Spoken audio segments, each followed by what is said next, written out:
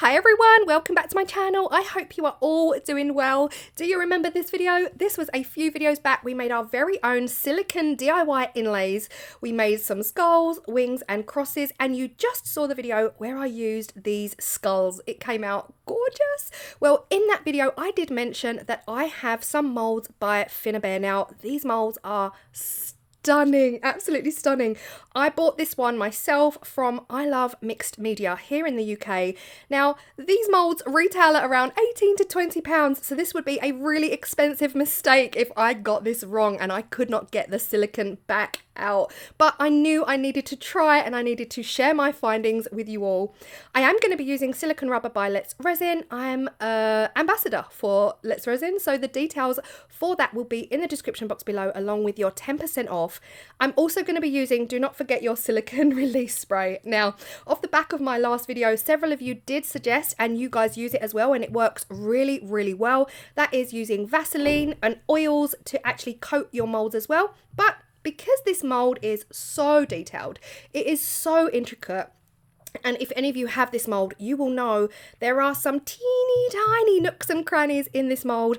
I figured for me personally, the spray would actually give me a much more of an even coat and it wouldn't clog up any of those teeny intricate details, as I fear Vaseline might. Now, of course, I think Vaseline works for so many of you and I've never tried it. I think that would be better for me if I used it in bigger molds that don't have such kind of detail. I don't want to keep using the word intricate. Do you know what I mean?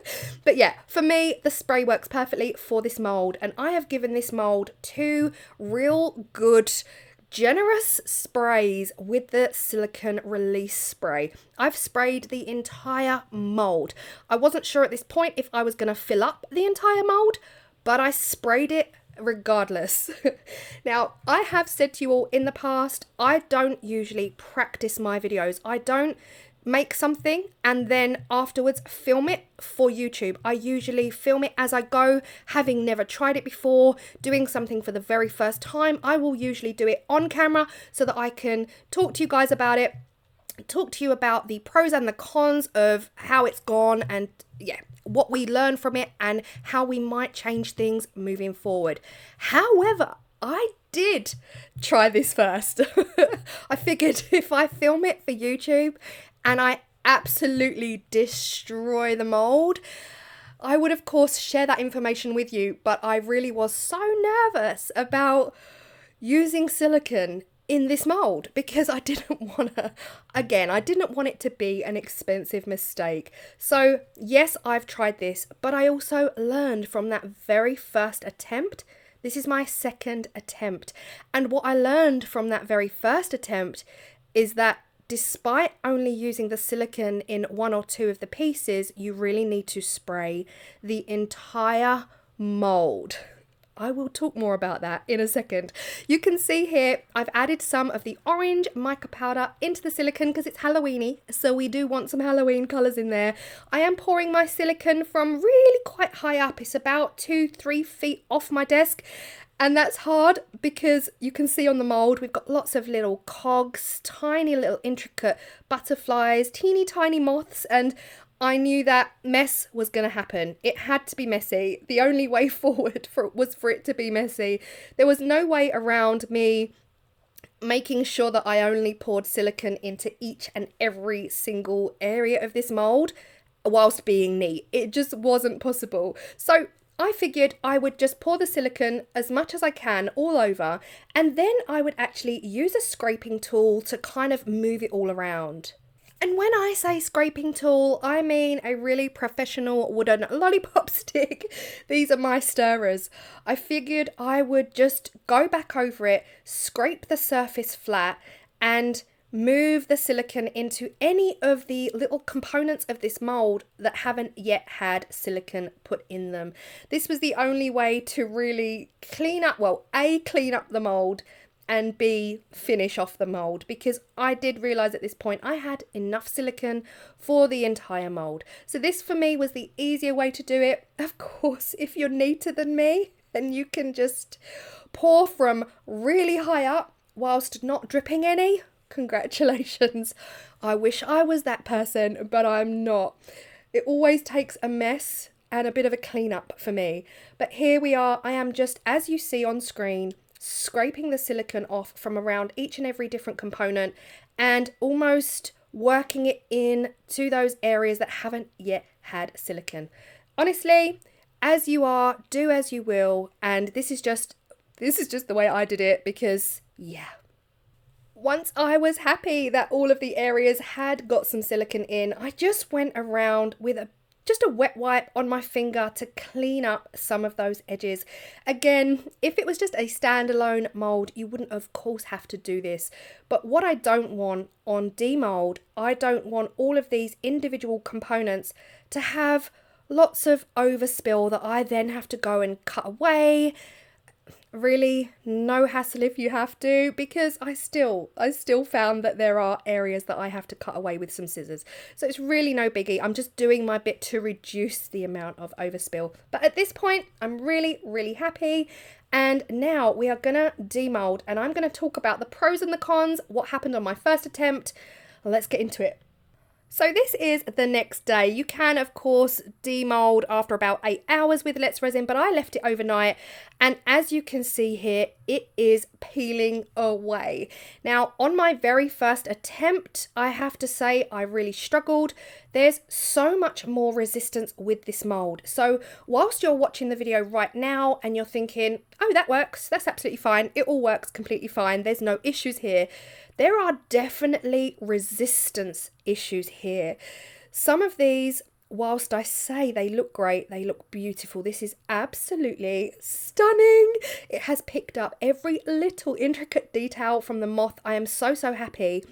Peeling it out of the mold, I can't explain over the camera. It's really hard for me to explain. There's resistance. It feels very, very dry. It feels like it does not want to come out. This is with 2 sprays of the silicone release spray. So on my first attempt, I only sprayed the Moth. Then I filled up the whole mold. And guys, oh, it was hard. It was so hard getting all of the silicone out. We did it though. None of it welded. None of it actually stuck firm to the mold. Look here, can you see here? There's resistance here. So I don't know if it's because the silicones are very, very close in makeup. They've got a similar makeup. But I do feel without any form of protection on your mold, without any form of either Vaseline or silicone release spray or oils or any other suggested materials, then you really would struggle with the more expensive molds. And that's not a negative. I guess this is just me risking it. This could have really ended in disaster and I would have lost this mold and I would have cried a little bit. I would have had to have bought a new one because I love it so much. Equally, I wouldn't have wanted the waste. But I don't know if you can see, if it's coming across on camera, the resistance when peeling these off. Now, the other thing with the Finnabair mold is that it is matte. It is so matte and almost dry in feeling. And this has definitely played a part, I think, in gripping onto this silicone so hard, whilst still being a success. So, yay, it was successful. I was over the moon. But 100% my advice would be moving forward, please make sure that your entire mold is protected. Even the areas that you don't think you're going to pour silicone. So all of the outside spaces, we're not talking about just the butterflies, the moths and the cogs. We're talking about all of that flat space around all of those individual components. The flat space needs protection because honestly, there are areas on this mold where I am still peeling silicone off or trying to get silicone off where I didn't protect the mold the first time I tried this. So if I can give you any advice, that would be it. Overall, the technique, like I said, huge success. I'm so happy. I'm so happy. I absolutely adore these. I absolutely adore these. Now, if you've been with me, over a couple of years, you'll know I'm not mad into butterflies. I'm not crazy about butterflies. I love them in their natural habitat. I'm not one for butterfly images, emojis, anything like that. you know, I don't have any butterflies in my home. So the actual butterfly components of this mould, they're not making my heart sing, but they're still pretty in their own way. Chances are I probably won't use those butterfly moulds moving forward. However, there is a couple of teeny tiny butterflies and kind of moths that I for sure will be using, because I've already had an idea on how to use them and I cannot wait. So yeah, if you are still here, thank you so much. We are nearly 10 minutes in. There's a couple of things, I don't want to keep repeating myself. I just want you to know this was definitely not as easy as using cheap moulds. Silicone comes away from cheap moulds so much easier than it has come away from this more detailed, expensive Finnabair mould. So moving forward, I want you to take that and do this at your own risk, okay? This video is just basically one big disclaimer.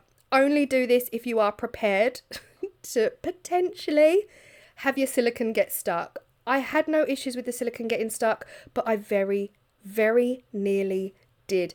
And if you take anything away from today's video, take that away with you. Do this at your own risk. For me, it was kind of worth the risk, because look at these inlays. They are absolutely stunning. You can see on the flat areas of the mould, there is still some silicone, and giving it a bit of a rub and a bit of a scrape with my fingernail did seem to get this off. And this is because I used the silicone release spray. My first attempt, I was not so lucky. It took me ages and ages to get the silicone away from the flat areas on this mould. I also feel like I've kind of talked a lot in this video, and I'm sorry for that. I just really need to get across my findings, the pros, the cons, and just letting you know, for me it was all worth it. And here is where I proceed to go ahead and rip the mould, but we won't talk about that. Instead of using scissors, I figured I could just use my hands, and don't do that. Don't be like me. It's still functional, it's still beautiful, so it is all good. You can go around the edges with some scissors and just trim off any excess, any overflow that you may see on your silicone inlays. But yeah, I hope you haven't found this video too babbly. I feel like it's been very babbly, but I really did want to let you know it works. I should have just done that at the beginning. It works. Hey everyone, it works. Bye. But yeah, I really did want to show you the struggles that I had, and I think it's important that you know that if you move forward and use your most expensive moulds to do this. But look at these teeny tiny little moths and butterflies. I absolutely love these. Fully plan on using these. The big butterflies, not so much, but the big moths are a dream. And the cogs, I think, would look beautiful for like a steampunk kind of design. That would be very cool. Well, I hope you found this video helpful. Again, I am sorry that I babbled so much, but I was so determined to try and get my point across and let everyone know that it wasn't as straightforward as using the cheapy moulds from Amazon, but still worth it. Still worth it at your own risk. I will see you all in the next video. Bye.